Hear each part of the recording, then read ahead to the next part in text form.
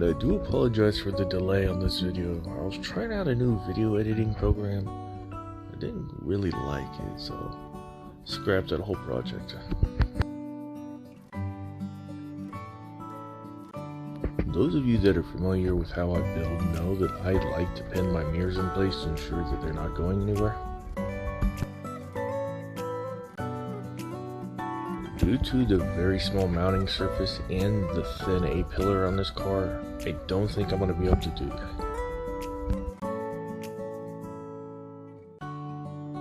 I'm not sure how I missed it, but during the unboxing I didn't realize that the entire roof of this car is warped.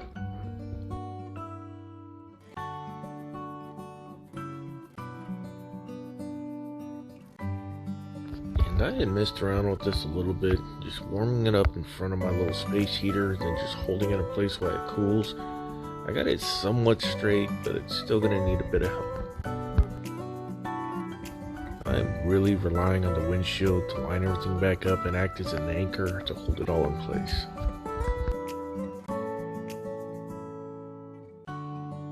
Outside of that, I'm just giving this a much closer look than I did during the unboxing, and I'm still in shock at just how clean this body is. The only mold lines or imperfections or anything that I could find on his rear fenders. If I didn't know any better, I would say that this is probably one of the first 100 or so cars that were cast. It is that clean. For those of you that are familiar with resin, you will often try to get a quote-unquote placeholder spot for people who cast. Because the first couple of casts are always perfect, and they all just go downhill from there.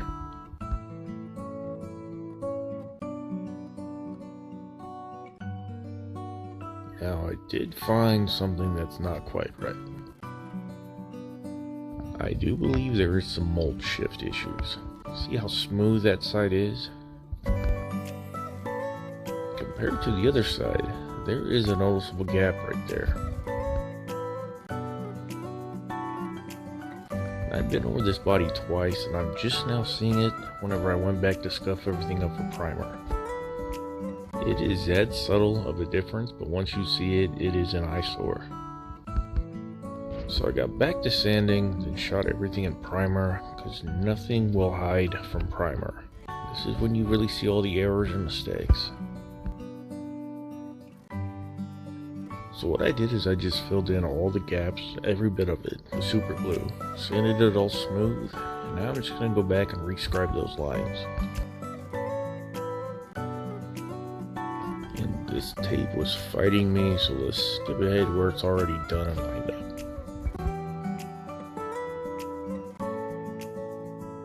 Perfect. Movie magic.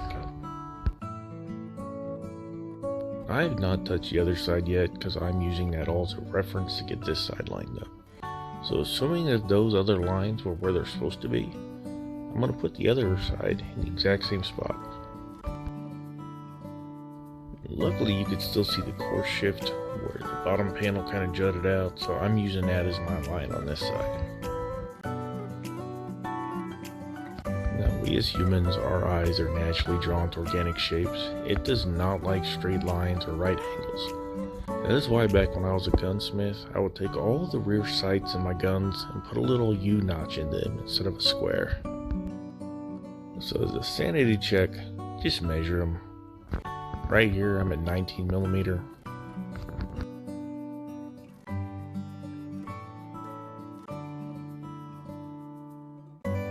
That's as close to 19mm as anything's gonna get. So I say we're good. And I tried to measure it further, but being that that rear valence is round, I didn't have much luck.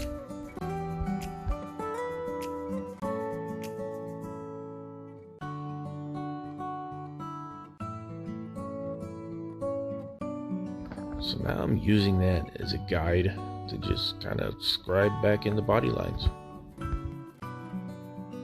Off camera, I just threw another few layers of tape on that just to build up that wall to keep my blade where I wanted it. Just go slow and steady. Do not apply too much pressure, because if you slip, it's going to be more work for you. So it's easier just to go slow and steady and just slowly build up a groove. Notice the word slow used several times. Go slow.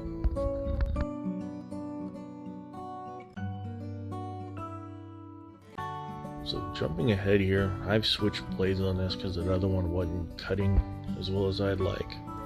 But when you're all said and done, this is what you should have.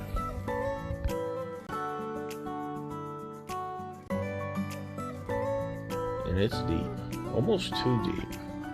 Really snagging my fingernail, and I chewed my fingernails off, so there's not a lot to snag.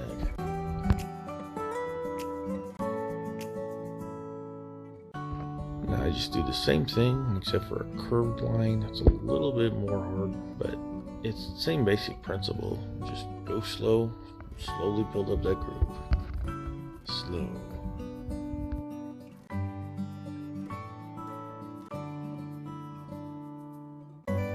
With both sides complete, this is what you should have.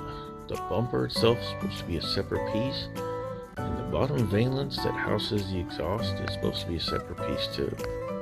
So I'd say I got them all separated decently. And yeah, I went very deep. You can almost see daylight through those.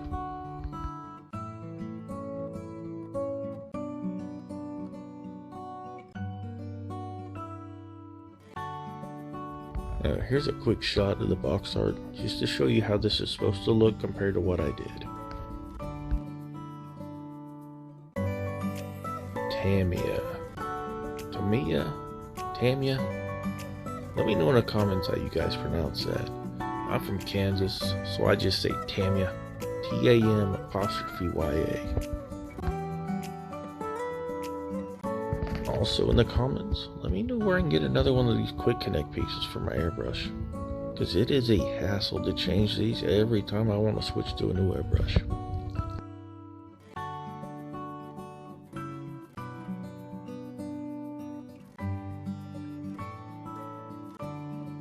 And I'm switching to this airbrush because it is worn out and moves a whole lot of air.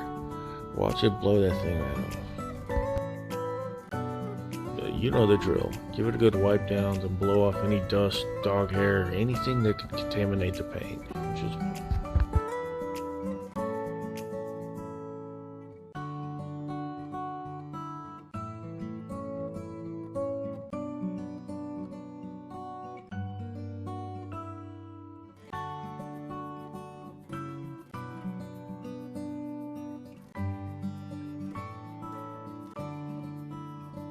I'm not a real big fan of how the armature is sticking out through the side slat here, so I gotta figure something else out how to hold this.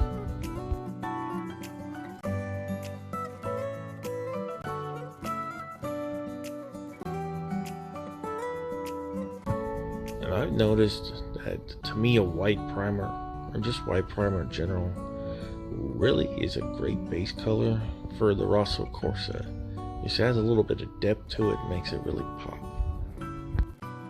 The gray primer, not so much. It kind of dulls it out. Makes it look like a cherry red. This will get about 3 different coats of that with about 5 minutes dry time between each coat.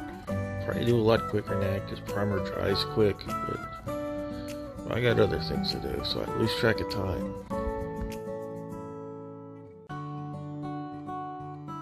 Once it's dry, I'll just give it a quick sanding with some 3000 grit to knock down any overdust, smooth things out. And yes, I'm using splash paints, the best paints ever made.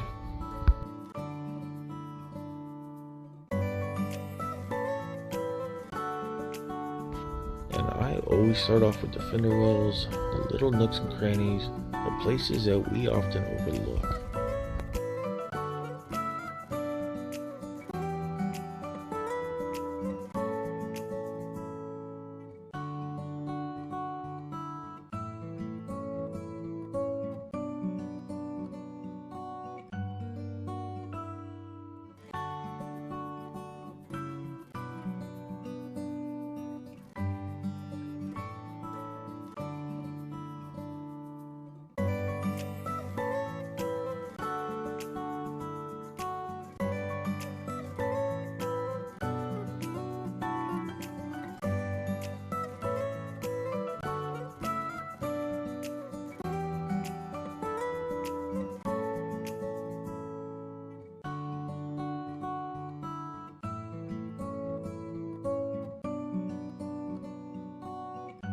I think it's about time to rebuild this gun, because that little adjustment screw keeps backing out and I am dumping a ton of paint on these parts unintentionally.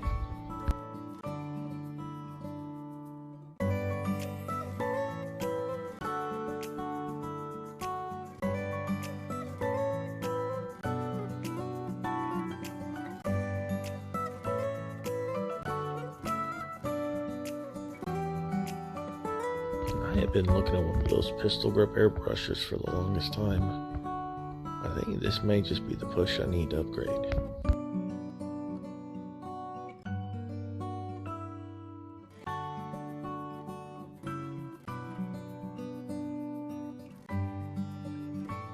This is the third and final coat.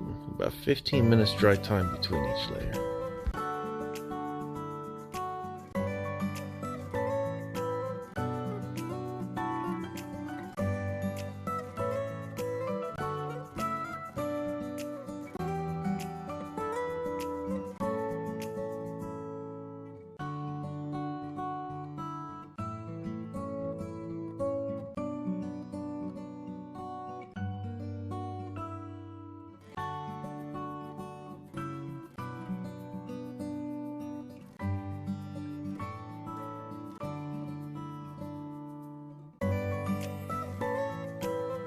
Once that's thoroughly dry, we can move on to the decals. I like to do this before clear, just so that they're all sealed in.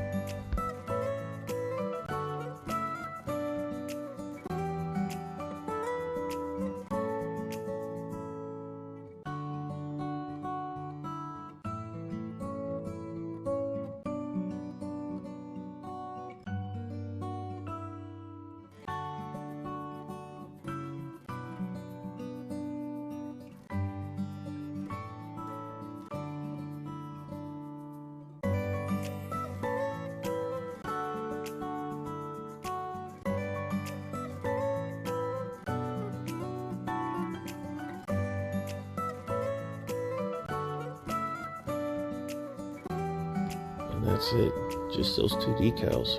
Ferrari really kept the badging down on this one, which I am okay with, especially after that M1 fiasco. Just like we did on base coat and primer, we just dust this off, blow it off, just get the body clean. I mixed up the clear off camera because I'm sure you guys are tired of hearing me talking about it. But for the newcomers, it's just a 3:1:1 ratio. I do 3 parts clear, 1 part hardener, and 1 part lacquer thinner. The thinner you can get this, the smoother the layout. Now, just like the primer and the base coat, you start off in the fender wells and all the little spots that are often overlooked.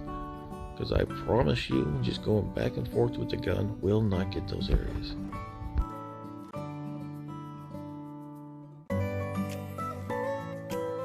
And you probably didn't see it, but for all the decals, I do just a very light coat just to kind of get them primed, so to speak, for paint. The dual stage paint, which is what this is, it's a 2K, meaning that it's got to be mixed. It is chemically hot, meaning that it relies on the heat from mixing the two chemicals together to harden up and dry. Then I go and add lacquer thinner to it. So we got a very volatile mix that will literally burn decals. So go light and build it up.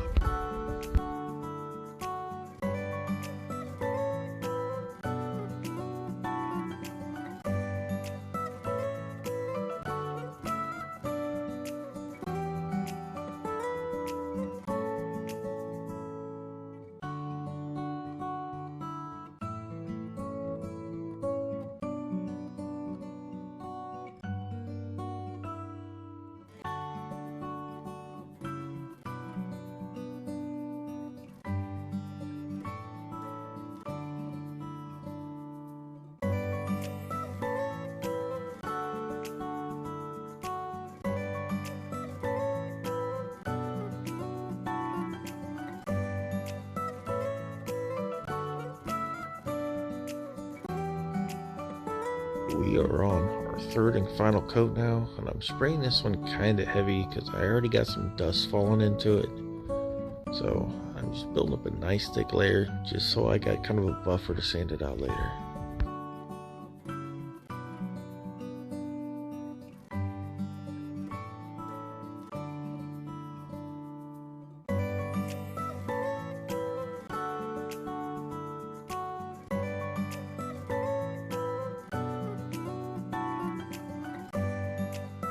And you know you're doing something right when you run out of clear just as you finish. Alright, so if you're hearing this, that means you made it all the way to the end, and I thank you for watching. Don't forget to like, subscribe, and check out the Model Showdown Facebook page. I will have a link in the description.